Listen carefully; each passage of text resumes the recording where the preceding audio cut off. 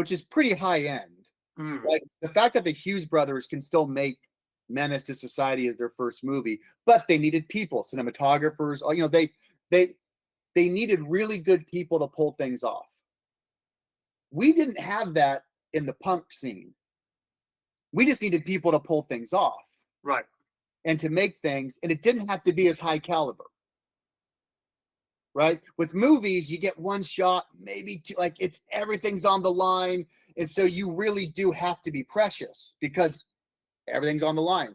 We came from a world where you didn't have to be precious because it turns out your buddy's got a studio, or maybe Revelation Records can put it out. We can maybe do an EP first. Maybe we can do a split. Maybe we can do a collaboration. There is so much more bandwidth to just be bad for a long time. And so I think for us and for me, I just had a different paradigm that I had a much longer runway to kind of be not that good. And yet you go back and you watch, I just saw some weird documentary, I think on Brian De Palma. He's just like sitting in a chair in front of like a fireplace. I don't know if you've seen this or not. I've seen a lot of interviews with him, and what I remember is like there was like the Scarf. Remember when Scarface came out, the Deluxe Edition, and he finally talked about it in relation to the hip hop community. That's what I remember. But is this some new? And I think it may be from that, but someone sat him down for 3 days just in front of a fireplace and just interviewed him. And they just cut to all his movies. He just talks about, but you realize that those guys, unlike the early 90s, the 70s, the early 60s and 70s directors, the sort of Coppolas, the Brian De Palmas,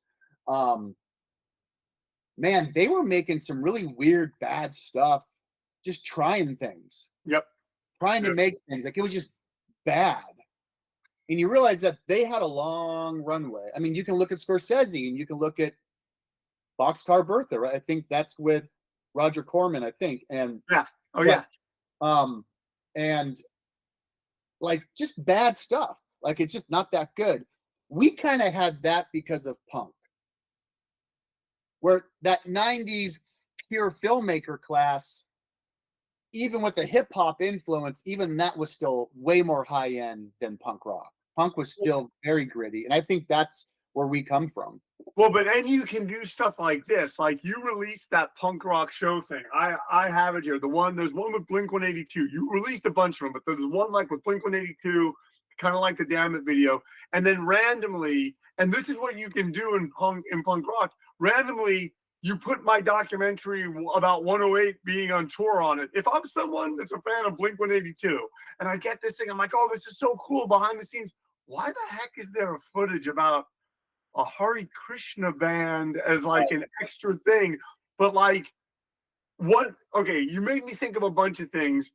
Do you remember in the 90s when I think there was that whole idea of like, whether you made films or not made films, this, like, you have this script and this is going to be the film, and this is the film that you're going to use to set up the 3-picture deal, and you're going to and I think this is when I started realizing, and I think you realized this way before me, that everything is a cottage industry designed to either waste our time or sort of take our money. You have like Sundance and all the stuff around Sundance that like or maybe Slam Dance. I mean,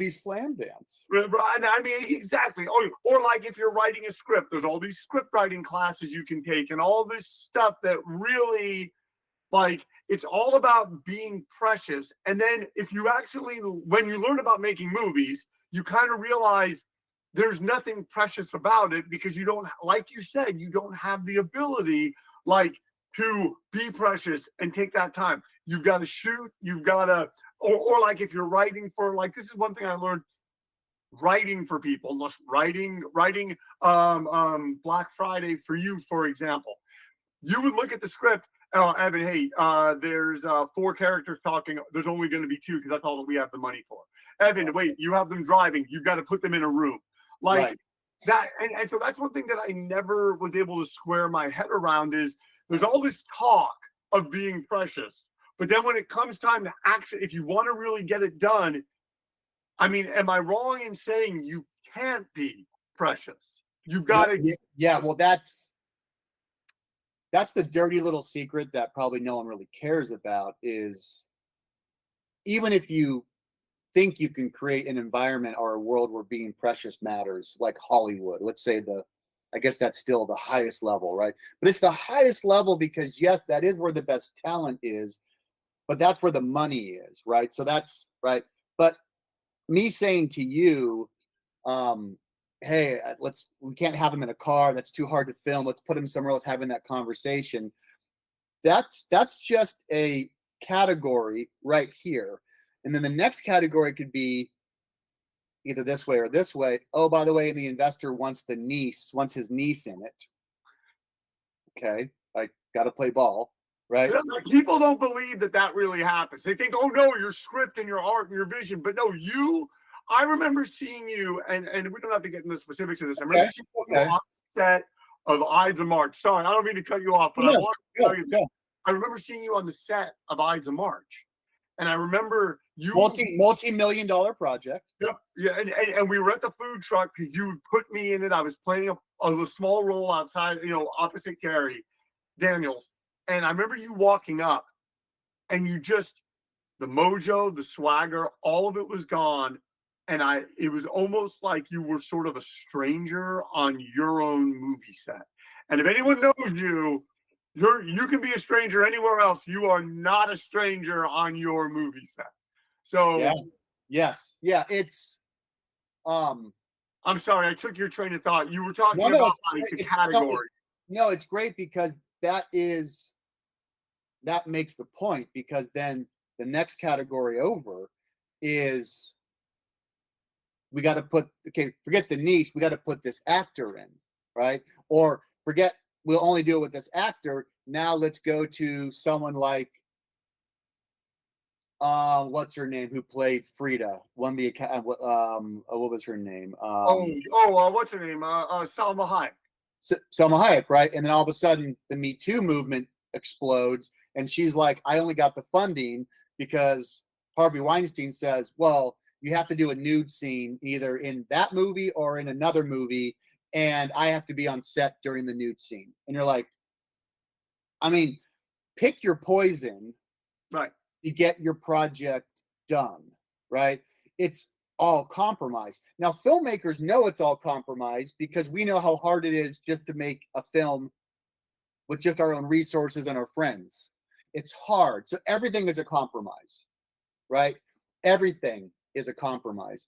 When it's just you, now put money involved, politics involved, sex involved, relationship, whatever, a bunch of perverts who are funding it from a studio, well, now we got to sell to a foreign territory. Who's that? Oh, we're the foreign sales agents. Oh, by the way, so we think we can pre-sell for you. Here's the numbers. Oh, this, that.